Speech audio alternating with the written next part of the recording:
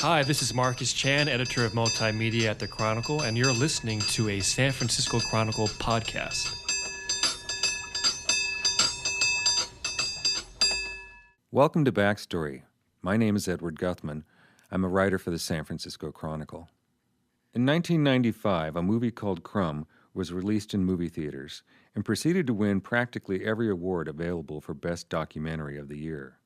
Directed by San Francisco's Terry Zwigoff, Crumb was the story of cartoonist Robert Crumb and the tragic, deeply dysfunctional family he had grown up with. One of the film's most unforgettable characters was Crumb's younger brother Maxon, a San Francisco artist and panhandler living in a Tenderloin hotel. Zwigoff depicted Maxon in all the extreme expressions of his outsider lifestyle, sitting on a bed of nails, swallowing a long purification cloth that cleanses the intestines, and sitting in lotus position on San Francisco streets with his beggar's bowl in front of him.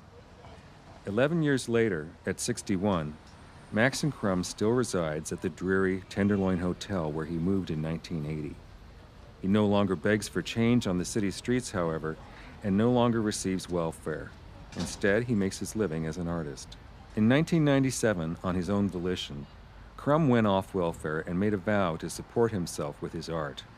Malcolm White, a publisher and art dealer, handles the sales of his paintings and drawings and writes a semi-annual check to cover Crumb's expenses. It's been a whole number. Well, around that time I gave myself this kind of statement that, if I can make it 10 years off, I'll stay off.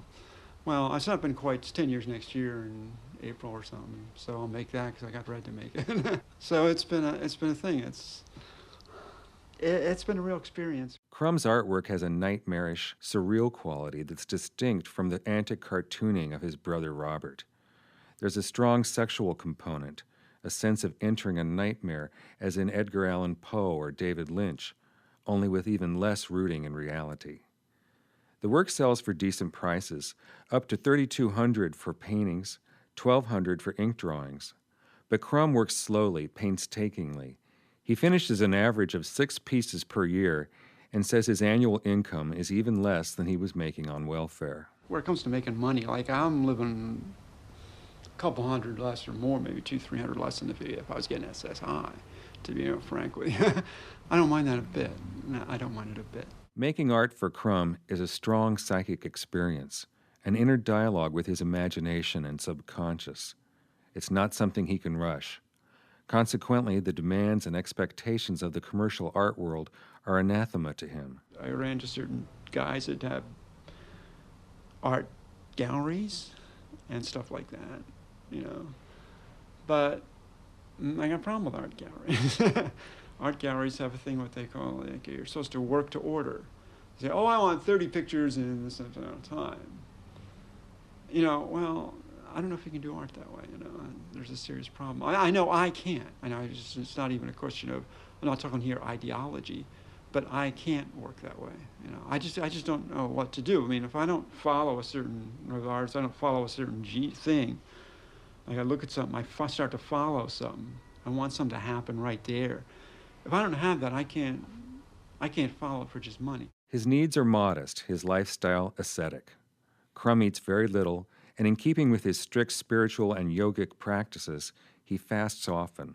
He doesn't own a car or property, doesn't do drugs or alcohol, and doesn't spend money on clothes, travel, or restaurants. I exist, I exist. Like I said, to pay the rent, yeah. And then Malcolm gives me a check to pay the rent. I know all about that. I go in there sometimes, get a little money for food, this and that. This person, I see this person, that person. Everybody gives me food. I have a meal there. I have this, I have that. Sometimes, I don't dig eating at all for some amount of time. I'm just living on some apples or this and that. When Crumb was being filmed in the early 90s, Maxon was isolated and had little contact with other people. Today, he has a close friendship with Yannick Anger, a French woman who also lives in the Tenderloin. He spends several nights per week in her zen-like apartment, but he says the relationship is platonic. We're somewhat close together. It's not, close together. It's a celibate. It's a funny relationship. It's a celibate relationship. It's a close man-woman thing in a way of personality, but it's a celibate relationship. Always has been a celibate relationship. I had a funny thing about women in relationships like that. His celibacy, he says, is a byproduct of the epileptic seizures he started having at 11 years old and still has today. Seizures messed up my sex life when I was in the very beginning. I had very strong seizures when I was a young teenager. At the time that most people go through puberty, right? I had these violent mystical experiences, violent seizures. They were mystical experiences. Modern science calls them epilepsy in its defensiveness. You know, it took me years and years to wade through all this stuff, so I found out that these were intense religious experiences.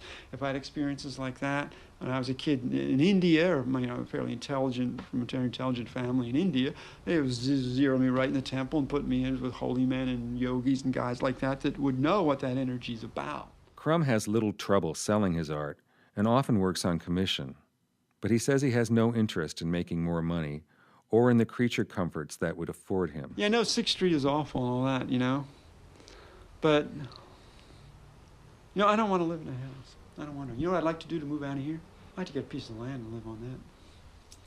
But even then, I'd have trouble with the county because I'd make some little hooch, tied up tarps and all that stuff. Frequently, Crumb will leave town on what he calls his holy walks.